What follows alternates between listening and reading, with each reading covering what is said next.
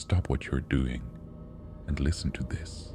There's a lake, calm, beautiful, and breathtaking by day. But once the sun sets, something awakens beneath its surface.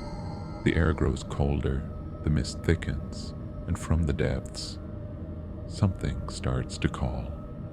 Locals say the sound isn't the wind or water, it's a voice. A voice that doesn't belong to the living. For decades, people have heard it, a deep echoing moan rising from under the still waters of Phantom Lake. Most who hear it never go back. Some who tried never came back at all.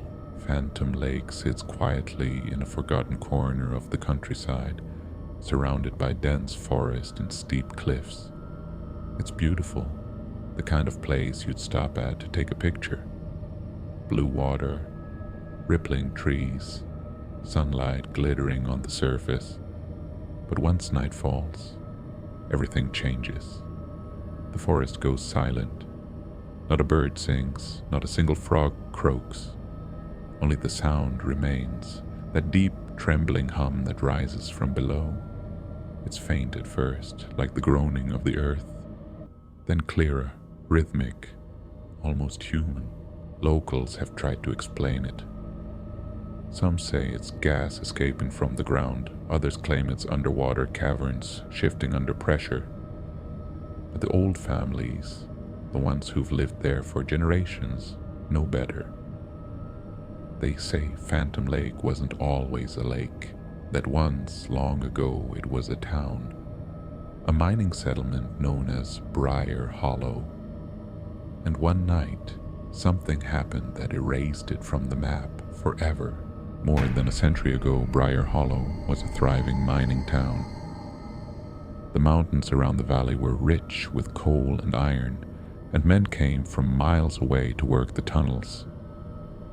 They dug deep, deeper than anyone ever had, chasing the ore veins into the earth. But the deeper they went, the stranger things became. Workers reported hearing tapping sounds from the rock, patterns like someone knocking back from the other side. Then came the whispers, faint, echoing voices that no one could trace. The miners laughed it off at first. Exhaustion, maybe echo vibrations. But as days passed, their laughter faded. The sounds didn't stop. On the night of February 18th, 1892, the mountain finally gave way. A section of the mine collapsed, burying dozens alive. The rescue crews dug for days, but every tunnel they opened filled with black water. Heavy rain followed, flooding the entire valley. By the time it stopped, Briar Hollow was gone, drowned beneath the newly formed lake. Locals swore they could still hear the trapped miners' cries carried on the wind. Some said it was the souls of the dead, clawing for air through the earth. Others whispered that something far older had been disturbed. Something that should have been left buried. Years passed and the tragedy became legend. People moved away, the forest grew thick, and the world forgot Briar Hollow. But the lake, it never forgot. Fishermen reported seeing faint lights under the surface, like lanterns flickering deep below. Campers claimed to hear knocking sounds echoing across the water, always in threes, always just before midnight. Then came the first disappearance. A man named Elias Monroe, a local historian, arrived to document what he called the drowned town of Briar Hollow. He spent 3 nights camping near the lake, studying old maps and notes. On the 4th morning, his tent was found empty. His recorder was recovered from the mud near the shoreline. When played back, the final 30 seconds chilled everyone who heard it. It started with the sound of waves lapping the shore. Then, a low humming, the same sound locals described, but underneath it, faintly, was something else, a voice. hoarse, wet, whispering a single word over and over, down. The police searched for weeks. They found his camera, his boots, his notebook, but never his body. His last journal entry read, "The lake is breathing again tonight." The echoes aren't echoes anymore. They're replies. When experts came to study the sound, their equipment malfunctioned. Recordings played backward. Static appeared in digital logs, and microphones picked up frequencies lower than human hearing.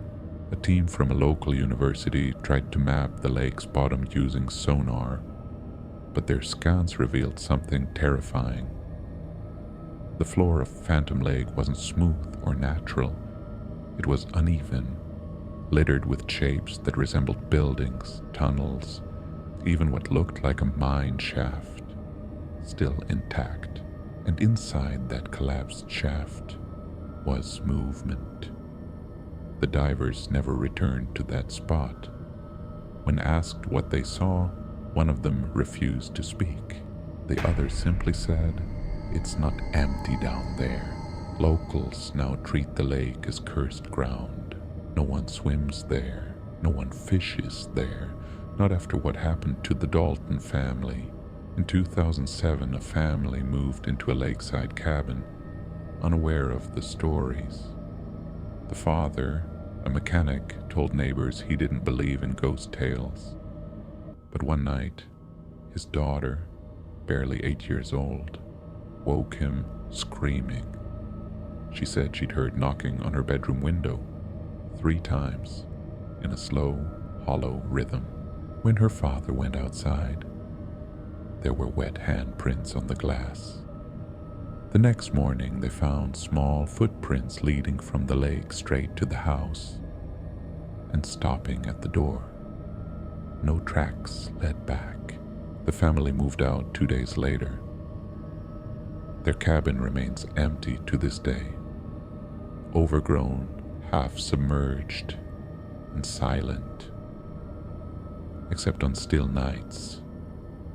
When the mist rolls in, even now people still hear the echoes, deep drawn-out moans that rise from the lake and drift through the trees. Scientists call it seismic resonance. Locals call it the miner's cry. But old-timers whisper that the sound isn't coming from the earth. It's coming from something trapped beneath it. One story says that when the mine collapsed, the workers broke through a hidden cavern, a chamber sealed off for thousands of years. What they unleashed was not meant for this world. That's why the valley flooded, why the rain never stopped, the land itself trying to bury what had been freed. But it didn't work. The lake covered the evidence, not the evil. Now every few years, when the moon is full and the mist is thick, the lake breathes again, exhaling those same haunted sounds. Some claim if you stand by the shore long enough, you'll start to hear words in the echoes, please, warnings, or your own name. So what really lies beneath Phantom Lake? Is it the trapped souls of the dead calling out from their watery grave? Or is it something deeper, darker, something that was never human to begin with? One thing's for sure, the lake remembers. And when you hear it calling, whispering across the still night air, don't listen too closely, because once you do, you might not stop hearing it. Ever. Outro. Haunted Shadow Channel style.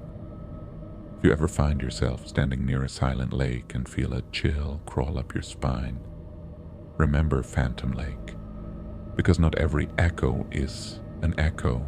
Some are answers. What do you think hides beneath those waters? A natural mystery, or something supernatural that refuses to die? Share your theories in the comments below. And if you've ever heard something unexplainable, tell your story.